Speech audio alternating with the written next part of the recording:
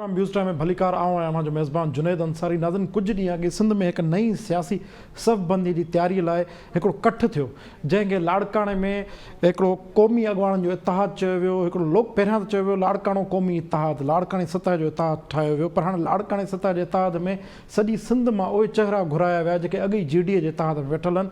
ऐं इहो मुकमल तौर ते पीपुल्स पार्टी जे ख़िलाफ़ु जेका नई सफ़बंदी सिंध में थी रही आहे उन जी तयारी। उन में ॿुधायो वियो इहो कठ जेको थियो उन जो मेज़बान हो अलामा राशिद मोहम्मद सुमरो साहिबु, जेको जनरल सेक्रेटरी आहे JU सिंध जो, JU सिंध जा जेके सदर आहिनि। उन सां गॾोगॾु जंहिं जाइ ते कठ थियो उहा हुई सफ़दर अब्बासी साहिब जी।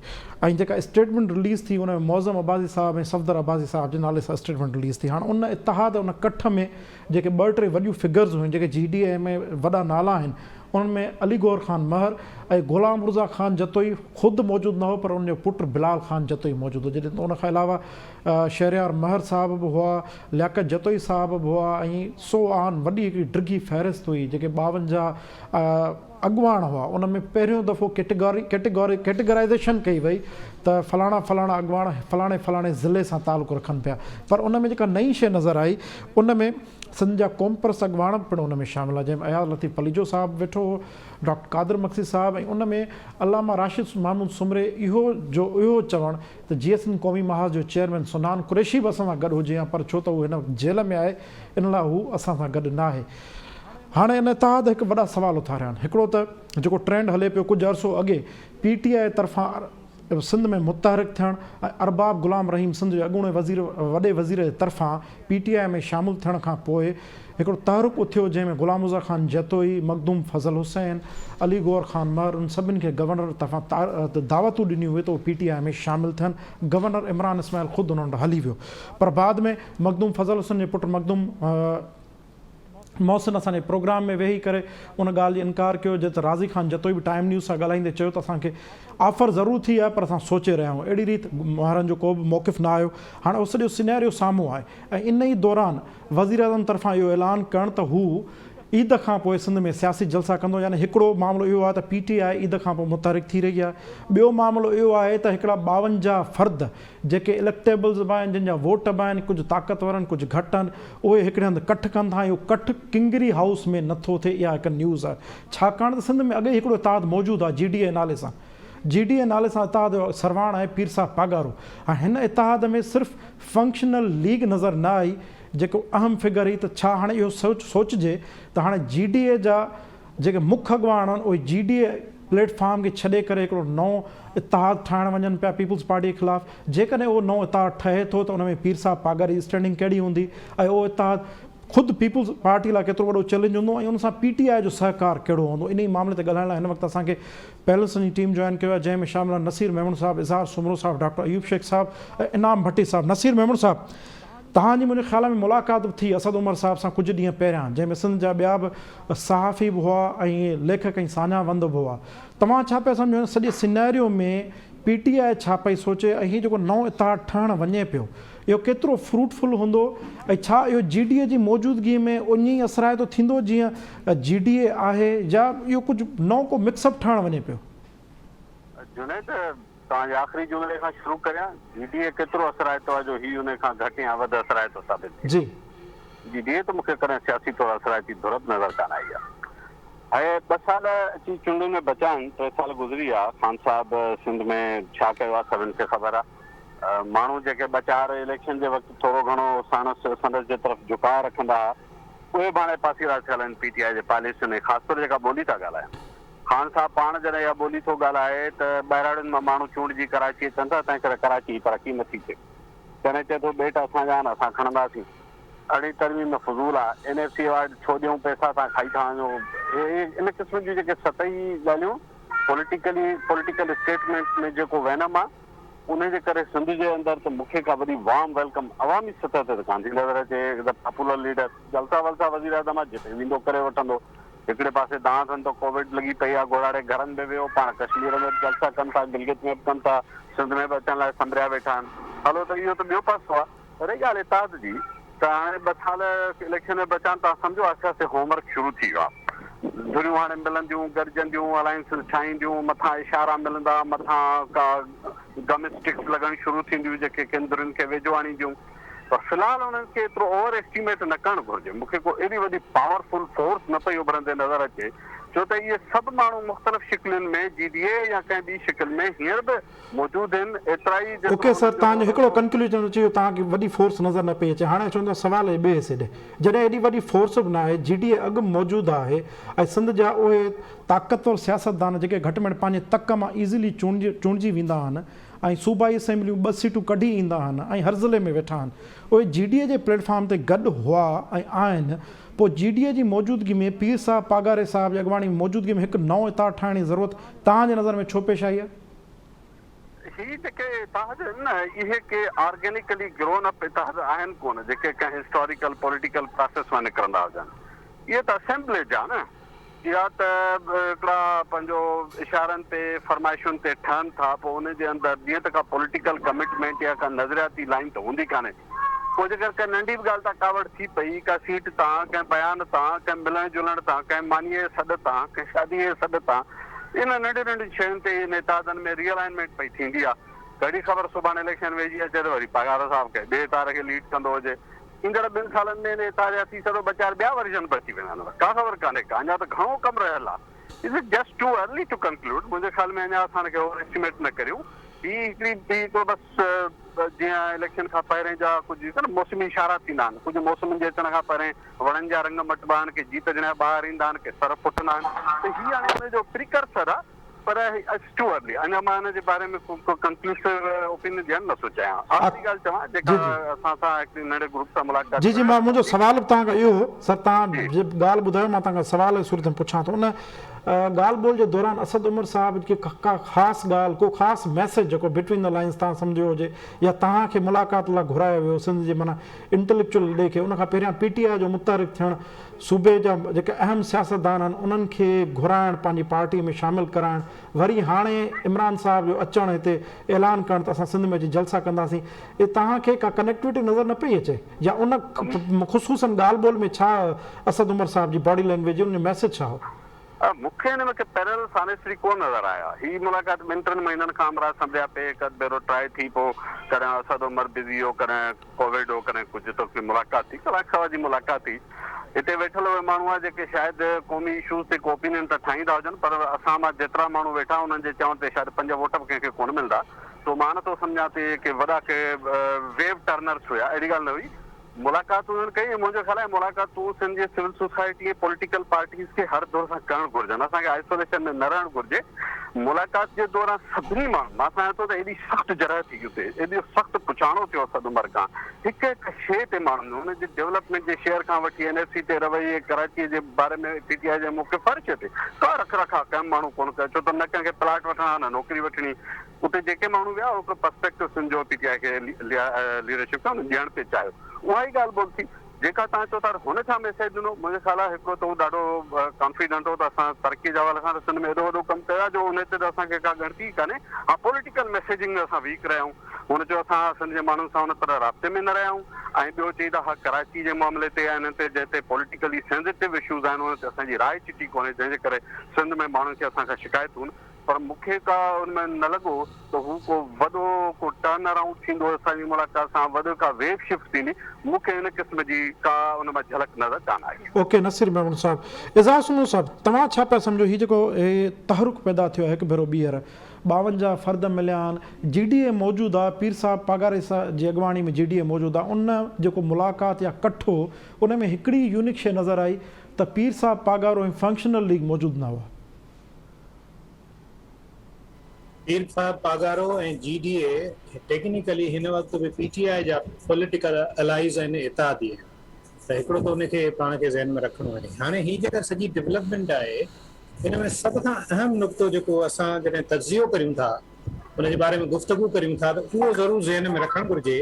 उहो इहो आहे त हिन खे पीपुल्स पार्टी जे पस मंज़र में न ॾिसणु घुरिजे, या पीपुल्स पार्टी जे रद्द अमल में रुॻो न ॾिसणु घुरिजे। आमतौर ते इहो तासुर आहे त भई हीउ सॼो NTPP अलायंस ठहे पियो। हाणे NTPP अलायंस पियो ठहे, पोइ उहो ई साॻियो रिटोरिक, साॻियो ई नुक़्ते नज़र अचे थो त भई वॾेरा आहिनि, अॻु में हाराए चुका आहिनि। इहा ॻाल्हि ठीकु आहे, पर ॿ टे सवाल मुंहिंजे ज़हन में आया पिए जॾहिं इहा गुफ़्तगू लगातार सोशल मीडिया ते थी पए लाड़काणे वारी गजाणीअ खां पोइ। ऐं इमरान ख़ान वारी ॻाल्हि ते अचां थो, त उन में इहे 2-3 ॻाल्हियूं थियूं। हाणे मुंहिंजो सवाल इहो आहे त छा पीपल्स पार्टी में वॾेरा कोन्हनि? छा पीपल्स पार्टी में अहिड़ा माण्हू न आहिनि जेके अॻे पीपल्स पार्टी में न हुआ, ॿिनि पार्टियुनि में हुआ ऐं उहे पार्टियूं छॾे ऐं हाणे पीपल्स पार्टी में आया आहिनि? तंहिंजे करे इहो इररिलेवेंट पासो आहे। ॾिसणो इहो पवंदो त सिंध में जेको पॉलिटिकल वैक्यूम आहे डिसाइड्स पीपल्स पार्टी हिकिड़ी ॿी असराइती धुर जो या अपोज़िशन जो, जीअं पंजाब में पॉलिटिकल बैलेंस आहे, उते मुस्लिम लीग नून सां गॾु पीटीआई आम्हूं साम्हूं आहे, अहिड़ो माहौल जोड़ण जी हिकिड़ी कोशिशि सीरियस थिए पई। इन में 2-3 अहम ॻाल्हियूं आहिनि। हिकिड़ो त इमरान खान जी ख़्वाहिश आहे त मथे साल नवंबर खां अॻु में एनी हाउ इलेक्शन्स कराए ऐं हू ख़ुदि कराईंदो इलेक्शन कमीशन खां बि अॻु में उहो असेंबली बि टोड़े सघे थो ऐं उहो टाइम पीरियड जेको आहे सम हाउ अराउंड हुनजी ख़्वाहिश इहा आहे त नवंबर खां पहिरीं नयूं चूंडूं थी वञनि। इहो तव्हां हिकिड़ी तारीख़ ज़हन में रखिजो। तंहिंजे करे जेके माण्हू इहे सम्झनि था त 2022 खां मार्च खां या अप्रैल खां पोइ इहो सॼो मामिलो थींदो, त उहो मां नथो सम्झां त एतिरो लेट थींदो। हाणे इन जे करे हिननि वटि हिकिड़ो 1-1.25 साल जो टाइम आहे हिन में होमवर्क्स करणा आहिनि। पीटीआई खे हिकिड़ी ॻाल्हि ॿी सम्झ में अची वई आहे त पंजाब ऐं सेंट्रल पंजाब में मुस्लिम लीग नून खे हाराइण एतिरो आसान न आहे। हाणे उहे सीटूं कंपनसेट कीअं कबियूं? उहे सीटूं कंपनसेट करण लाइ हुनखे सिंध में अचिणो पवंदो। नंबर 3 इहो त पॉलिटिकली असद उमर ऐं कुझु ॿिया माण्हू आहिनि जिन खे हिन ॻाल्हि जो वधीक इदराक आहे, रियलाइज़ेशन आहे। कराची बेस्ड माण्हू आहिनि। असद उमर हेॾे एंग्रो में बि रहियो आहे, डहरकी में बि रहियो आहे, हुनखे हिन जी लोकल फिनोमिना जो बि अहसासु आहे। त उन इहो काफ़ी मोटिवेट कयो आहे प्राइम मिनिस्टर खे त हू हेॾे अचे। लाड़काणे वारो जेको इतिहाद आहे उहो फेज़ 1 अथव।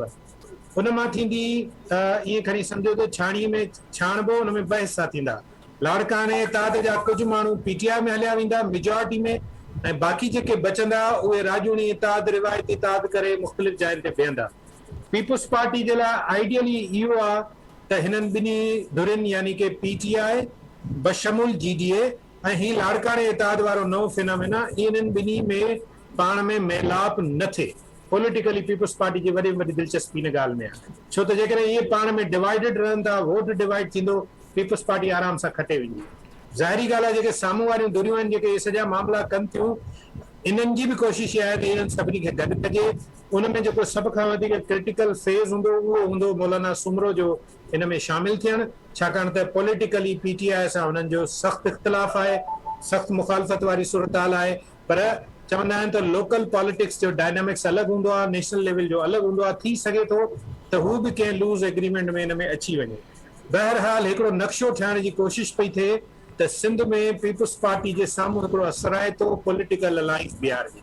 जिन हिसाब हिन में जेको सभ खां अहम नुक़्तो आहे उहो इहो आहे त हिनखे लीड केरु कंदो, लीडरशिप कंहिंजी हूंदी। पीपल्स पार्टी आहे न, पीपल्स पार्टी में आसिफ ज़रदारी आहे, उनजा ई फ़ैसिला मञिया वञनि था। बिलावल भुट्टो साहिब जा मञिया वञनि था। सीएम सिंध विज़ारी उन्हनि जा ई फ़ैसिला मञे थो। पंजाब में तव्हां ॾिठो त शहबाज़ शरीफ़ खे लीडर कयूं, लीडर त उनजो नवाज़ शरीफ़ आहे, तॾहिं त मरियम नवाज़ खे कश्मीर मोकिले शहबाज़ खे चई था लाहौर में आराम करियो। त हाणे लीडरशिप इहे हूंदी आहे जेके डिसीजन्स करे। हिन जी जेका नई जोड़जक आहे, इन में लीडरशिप जो मेन लीडरशिप जो फुक़दान आहे। एफर्ट्स लाड़काणे जी जेका अब्बासी फैमिली आहे उहा करे थी, उनजो पॉलिटिकल पस मंज़र अव्हांखे ख़बर आहे त उहे पीपल्स पार्टी सां छो नाराज़ आहिनि। अॻे पीपल्स पार्टी जा मज़बूत माण्हू रहिया आहिनि माज़ी में, हिकिड़ो उहो पस मंज़र बि आहे। ॿिया फैक्टर्स बि आहिनि, काफ़ी वॾेरा आहिनि जेके पीपल्स पार्टी खां नाराज़ आहिनि। उहे बि चाहिनि था त उन्हनि खे कंहिं न कंहिं क़िस्म जी छतरी मिले। मिसाल आगा तैमूर आहे शिकारपुर जो, हाणे उहो हुनजो फादर पीपल्स पार्टी जो रहियो आहे, वफ़ाक़ी वज़ीर रहियो आहे। पीपल्स पार्टी हिकिड़ा जेके ब्लंडर्स कया आहिनि, हाणे उहे बि हुनखे साम्हूं ईंदा, आॾो ईंदा। हाणे हिन सॼे फिनोमेना में जेको अहम नुक़्तो आहे उहो कहिड़ो आहे त पीपल्स पार्टी माज़ी में मुख़्तलिफ़ कार्ड्स जे बुनियाद ते सिंध जे सान्यावंदनि, सिंध जे सोच रखंदड़ माण्हुनि समेत सिंध जे माण्हुनि खां हमदर्दियूं गेन कंदी रही आहे। जंहिंमें हिकिड़ो नुक़्तो इहो रहियो आहे त बाबा असांखे एमक्यूएम जो प्रेशर आहे त उन्हनि खे इताद में मजबूरीअ में खणणो थो पए। हिन भेरे उहो बि न आहे। ऐं उन खां अलावा जेके कंप्रोमाइज़िस पीपल्स पार्टी हिन ख़ासि दौर में कया आहिनि, हिन हुकूमत जेका हले पई थी, ओड़ा शायदि पोएं टेन्योर्स में साईं काइम अली शाह बि कोन कया जी। तंहिंजे करे हीउ जेको सॼो दौर आहे इहो इंतिहाई अहम दौर आहे, डिसाइसिव दौर आहे। ऐं कॾहिं कॾहिं माण्हू खां हिकिड़ी वॾी ग़लती थींदी आहे। तारीख़ में हिकिड़ो ई माण्हू आहे, सिंध जे पर्सपेक्टिव में ॻाल्हाईंदे पंहिंजी ॻाल्हि ख़तमु कंदुसि। तारीख़ में हिकिड़ो ई माण्हू आहे अयूब खोड़ो साहिबु, जेको 48 में जेको किरदारु अदा करे थो उनखे सिंध साराहे थी ऐं उन खां पोइ जेको 1 यूनिट जे ज़माने में किरदारु अदा करे थो उहो सभिनी जे साम्हूं आहे। जी। सो पीपल्स पार्टी बि हाणे इन सिचुएशन में आहे जो हुन खां जेके सीरियस ब्लंडर्स थिया आहिनि उन्हनि जी पॉलिटिकल क़ीमत आहे उहा उनखे अदा करणी पवंदी। ऐं इन सॼे मामले में आख़िर में मुंहिंजी ज़ाती राय हिकिड़े मिडिल क्लासर जी सिंध जे विचोले तबिके सां तालुक़ रखंदड़ माण्हू तौरु सोचंदड़ सम्झंदड़ माण्हू तौरु मुंहिंजी जेका राय आहे त अफ़सोस इहा आहे त जेको सिंध जो असुलु नैरेटिव आहे सिंध जे माण्हुनि जे तरक़ीअ जो नैरेटिव उहो विच में किथे गुम थी वेंदो छो त हेॾो बि वॾेरो आहे त होॾां बि वॾेरो। जी डॉक्टर अयूब शेख साहब तव्हां मूंखे ॿुधो पिया? डॉक्टर अयूब शेख साहब तव्हां मूंखे ॿुधो पिया? जी अदा मां ॿुधां थो आवाज़। डॉक्टर साहब तव्हांजे शहर लाड़काणे में जेको 52 फ़र्द गॾिया आहिनि इन 52 जेके फ़र्दनि जे गॾिजण खे पीर साहब पागारी जी मुखालफ़त सम्झे या पीपल्स पार्टी जे ख़िलाफ़ु इतिहाद सम्झिजे?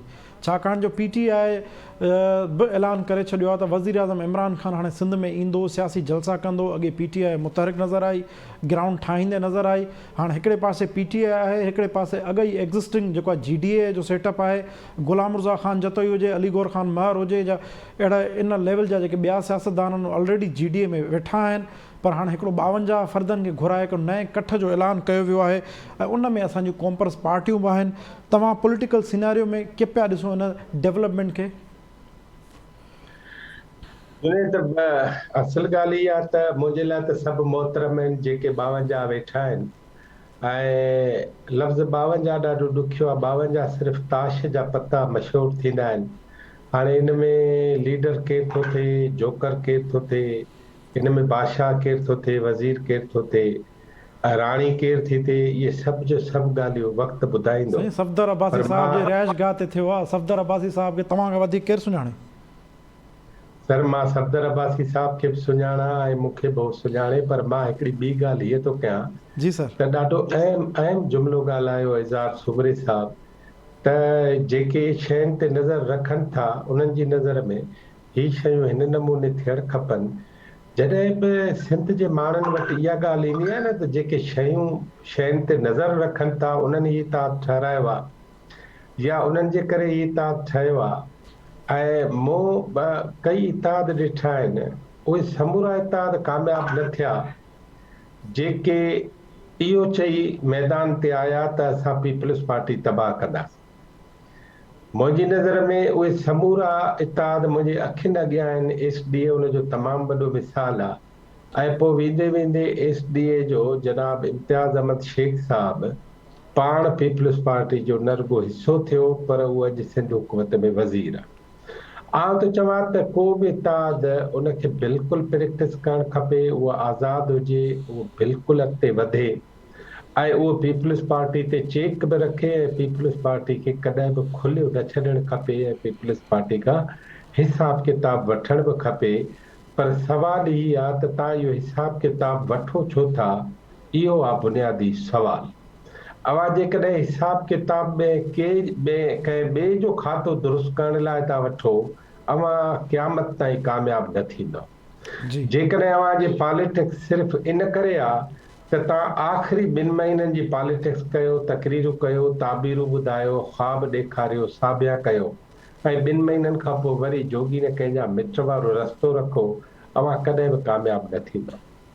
आउं तव्हांखे ॿुधायां जीअं वॾेरनि जी ॻाल्हि कई आहे एज़ार सुमरे साहब त जेके पीपल्स पार्टी जा वॾेरा आहिनि न उन्हनि मां ईअं सम्झणु खपे त 80% ख़राब आहिनि चोर आहिनि करप्ट आहिनि पर उहे पंहिंजे माण्हुनि सां गॾु वेठा आहिनि।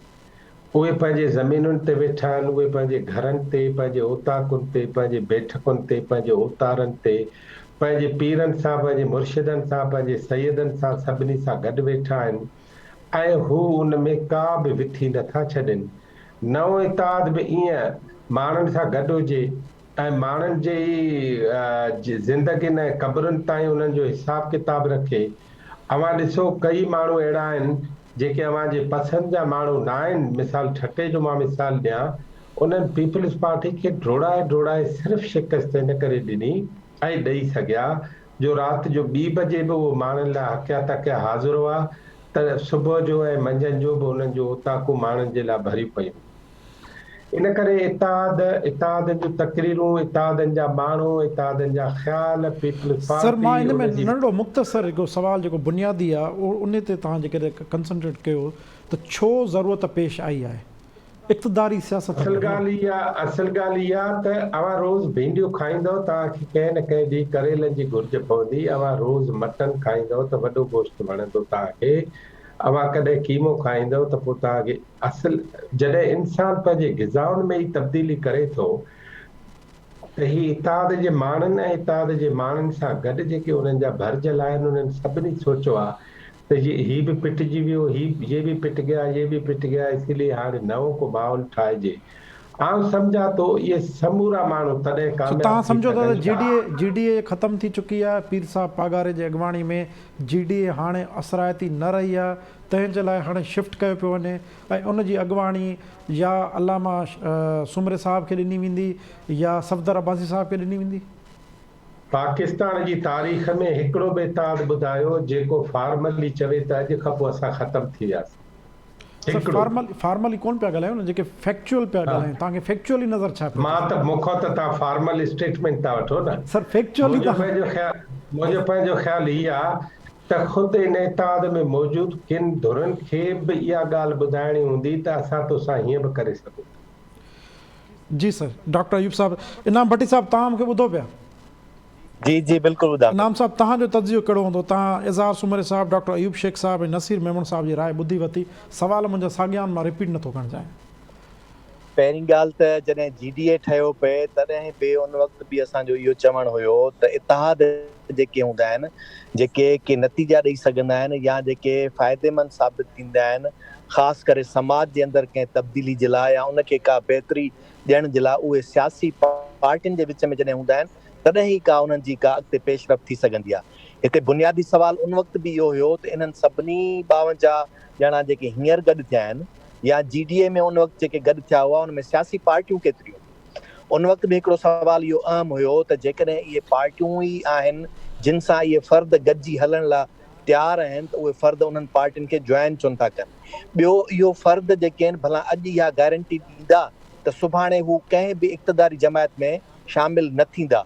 जंहिंजो तव्हां नतीजो ॾिठो त SDA में इम्तियाज़ शेख हो त उहो अॻिते हली करे पीपुल्स पार्टी में हलियो वियो ऐं ख़ुदि पोइ त वरी फंक्शनल लीग में हो, उन खां होॾे हलियो वियो। अॼु अरबाब रहीम PTI में हलियो वियो आहे। अॼु बि जेके इहे 52 ॼणा गॾु थिया आहिनि उन्हनि जी केरु गारंटी ॾींदो त सुभाणे लियाकत जतोई का पार्टी जॉइन न कंदो? अॼु बि केरु का इहा गारंटी ॾींदो त इन में जेके फ़र्दी तौर ते इनफ़रादी हैसियत रखंदड़ भले पोइ ज़िलनि में उन्हनि खे जो 1 या 2 सीटूं हुजनि उहे कंहिं पार्टी खे जॉइन न कंदा? त जॾहिं असुल सुवाल इहो आहे त ऑब्जेक्टिविटी जेका आहे उहा क्लियर कोन्हे ऐं सिर्फ़ु इन ते फोकस आहे त असां इलेक्शन में कीअं खटे अचूं त इलेक्शंस खटण ऐं हाराइण जो सॼो फिनोमिना लॻा। ऑब्जेक्टिविटी त क्लियर आहे न, they are doing power politics. त ज़ाहिर आहे पीपल्स पार्टी इक़्तिदार में वेठा आहिनि त उहे इक़्तिदार में हटाइण था पावर चाहिनि। पॉलिटिक्स में बि हिकिड़ो पासो आहे अवामी ताक़त जे ज़रिए, ॿियो पासो आहे तव्हांखे किथां को आशीर्वाद जेकॾहिं मिले थो, उन्हनि जी का ख़्वाहिश आहे त तव्हां पंहिंजी कुवत ॾेखारियो त उहा बि फर्दी कुवत खे उहे एतिरो वैल्यू नथा ॾियनि। जेकॾहिं ईअं हुजे हा त पोइ GDA बि ईअं ई एतिरा माण्हू गॾु कया ऐं पोइ जिन जो आशीर्वाद हुजे थो उहे उन्हनि खे शाबे करे ऐं किथे न किथे पहुचाइनि हा, पर उहा शइ नथी थिए। तंहिंजे करे आउं सम्झां थो त ही हिकिड़ो सिर्फ़ु उन्हनि चंद माण्हू जेके पंहिंजो वज़न वधाइणु चाहिनि था उहे 52 ॼणनि में उहो पंहिंजो वज़न वधाईंदा ऐं तव्हां ॾिसंदव इलेक्शन्स जीअं जीअं वेझियूं ईंदियूं इन्हनि मां कुझु PTI में शामिल थींदा, कुझु पीपल्स पार्टी में शामिल थी वेंदा ऐं मुमकिन आहे कुझु वरी पोइ साॻा ईअं ई आज़ाद उमेदवार थी बीहनि, पोइ उन्हनि जो इन ते वञी बीहे त हाणे गॾिजी हिक ॿिए जी मदद कीअं कयूं। ॿियो सुवाल इहो आहे त छा सिंध जे अंदरि इन तरीक़े जी काई बि इतिहादी शिकिल को नतीजा ॾेई सघी आहे?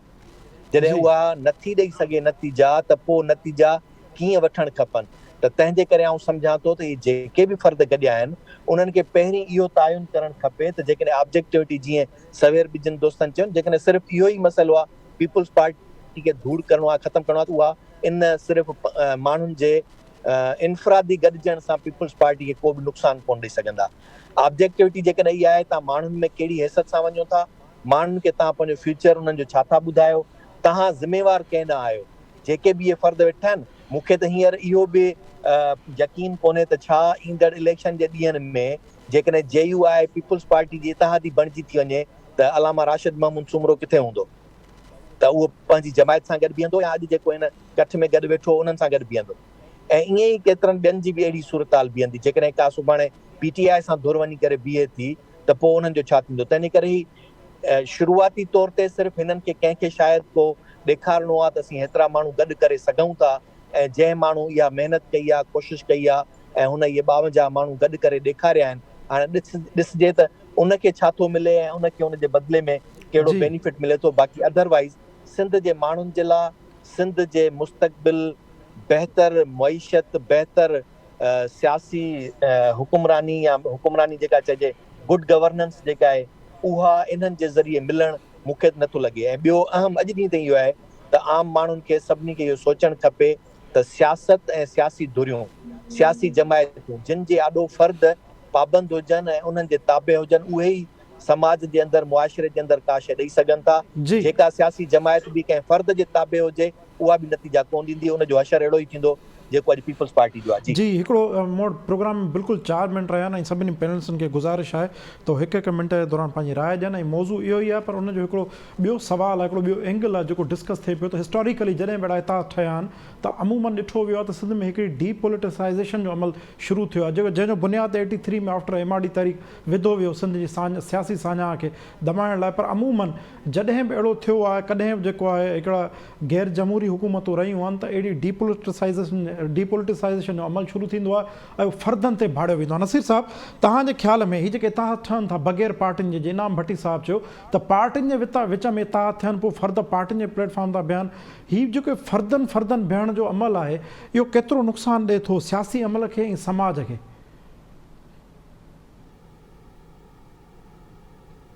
नसीर मेमन साहब तव्हां ॿुधी रहियो मूंखे? नसीर मेमन साहब तव्हां मूंखे ॿुधी रहियो? हिकु भेरो ॿीहर नसीर मेमन साहब ॾे हलूं था जीअं हुन सां कम्युनिकेशन बहाल थिए। डॉक्टर अयूब शेख साहब, तव्हांजो कहिड़ी राय हूंदी हिन मामले ते? मुंहिंजो पंहिंजो ख़्यालु इहो आहे त हिन सां डीपोलिटिसाइज़ेशन न वधंदी, पर ही पाण डीपोलिटिसाइज़ थी वेंदा, छो त सूरताल ज़मीन ते इहा आई कान जंहिं ते हे हाणे निकिता आहिनि। ऐं जुनेद साहब, जीअं त 1 मिंट आहे न, 1 मिंट में 40 सेकंड मां वरी पंहिंजी ॻाल्हि रिपीट थो कयां। मूं अव्हां खे ॿुधायो हो गुज़िरियल कई प्रोग्रामनि में अव्हां जी मदद सां टाइम TV ते त पाकिस्तान जी इकानमी जी सूरताल हाणे इन जी मुतहमल थी नथी सघे त तव्हांखे वॾियूं पॉलिटिकल अलायंसिस ठाहे उन में तव्हां किसा कयो। मूंखे त नज़र इहो थो अचे त ही 3 पार्टियूं, उन्हनि 3 पार्टियुनि जी नई हिकिड़ी अरेंजमेंट पई ठहे ऐं उन में पाकिस्तान जे ख़राब इक़्तिसादी सूरताल जे करे तव्हांखे हिकिड़ा अनोखा फ़ैसिला ईंदड़ कुझु हफ़्तनि में नज़र ईंदा। जी इज़हार सुमरो साहब, तव्हां छा चवंदो? डॉक्टर अयूब शेख साहब जो चवणु आहे त हिकिड़ी नई पॉलिटिकल अलाइनमेंट ठहे पई 3 पार्टियुनि जी, उन मां का शइ निकिरंदी। मुंहिंजो सुवाल इहो आहे त छा फ़र्दनि जेको आहे सियासत करण सां समाज जे अंदरि जेको फ़र्द ते भाड़े थो वञे त मजमूई तौरु सियासी अमल मुतासिर न थींदो? इन सवाल जो जवाबु ॾियण खां अॻु में रुगो डॉक्टर साहब हिकिड़ी ॻाल्हि कई सवेल वोटनि ऐं वॾेरनि इन सॼे पस मंज़र में। डॉक्टर साहब खां शायदि इहा ॻाल्हि मुमकिन आहे डॉक्टर साहब जे ज़हन में हुजे ज़रूरु त मौज़ूम अब्बासीअ लाड़काने में जमील सूमरे खे वेझड़ में हरायो आहे ऐं लाड़कानो माना पीपुल्स पार्टी जो गढ़, त माना उन्हनि जी वोट बैंक बि आहे ऐं माण्हुनि सां बि मिलंदा आहिनि, परेशानियुनि ॾुखियाइनि में उन्हनि जी मदद बि कंदा आहिनि। ऐं मौलाना सूमरो जेको आहे उहो बीबी शहीद जे ज़माने खां वठी लगातार इलेक्शनूं विढ़े थो ऐं हज़ारे वोट खणे थो, न रुगो लाड़काने में खणे थो पर शिकारपुर में बि खणे थो। सो बहरहाल इनखे असां ईअं आउटराइटली रिजेक्ट नथा करे सघूं त सभु वोट खणंदड़ पीपुल्स पार्टी। साईं राशिद महमूद सूमरे 50,000 वोट खया बिलावल जे ख़िलाफ़। जी हाणे हिकिड़ो त इहो क्लियर हुजणु खपे, वेटेज बराबरि जी ॿिन्ही धुरियुनि खे, पोइ उन्हनि मंझां को 5-10,000 घटि वोट खणंदो को वधीक। तव्हांजो जेको सुवाल आहे शख़्सियतुनि वारो, अनफॉर्चुनेटली असां वटि MRD जे दौर खां वठी तव्हां ॾिसंदो त पॉलिटिकली 2-3 वॾियूं धुरियूं हुयूं, पर वक़्त सां गॾु गॾु उहे बि कन्वर्ट शख़्सियत परस्ती ऐं शख़्सियतुनि जे चौफेर फिरी वियूं। तव्हांखे जेके ही लाड़काने वारो इतिहाद ईअं थो लॻे त इहे शख़्सियतुनि जो इतिहाद आहे, का पार्टी कोन्हे, को सिस्टम कोन्हे, पर जेकॾहिं पार्टियूं जेके नाले में आहिनि उन्हनि जो बि त साॻियो ई हाल आहे। शख़्सियतूं फ़ैसिला कनि थियूं ऐं बाक़ी सभु उन्हनि खे फॉलो कनि था ख़ानदान खे सॼे ख़ानदान खे टिकेटूं मिलनि थियूं, का MNA का MPA को पुटु भाइटियो पुफी मासी सभु असेंबलियुनि में आहिनि। इहो छा आहे? जी ये जी पार्टी ज़ार तो न साहब चइबी न हिनखे। माना जी इहो ज़ार त साहब। उहो ई सभु ख़ानदानी सिस्टम आहे। पोइ हू जेकॾहिं पार्टीअ जो को स्लोगन या पार्टी जो को झंडो खणी नथा खणनि जी त इहा एतिरी अहमियत वारी ॻाल्हि न आहे। बुनियादी नुक़्तो सिर्फ़ु हिकिड़ो आहे, नुक़्तो जी इहो आहे त जेकॾहिं ही इतिहाद पीपल्स पार्टी खां वधीक एफिशिएंट साबित थिए थो ऐं सिंध जे इशूज़ ते हुनजो नैरेटिव वधीक जी ज़ार वाज़े साहब। आहे, इहा ॻाल्हि हूंदी फ़ैसिलाए थी। जी ज़ार साहब वॾी महिरबानी। इनाम भट्टी साहब माफ़ कजो, टाइम जी खोट जे करे तव्हां खां फाइनल कमेंट न वठी सघियासीं। डॉक्टर अयूब शेख साहब, नसीर मेमन साहब, तव्हांजी वॾी महिरबानी। नाज़रीन, हिते प्रोग्राम टाइम पंहिंजी पुॼाणी ते पियो पहुचे।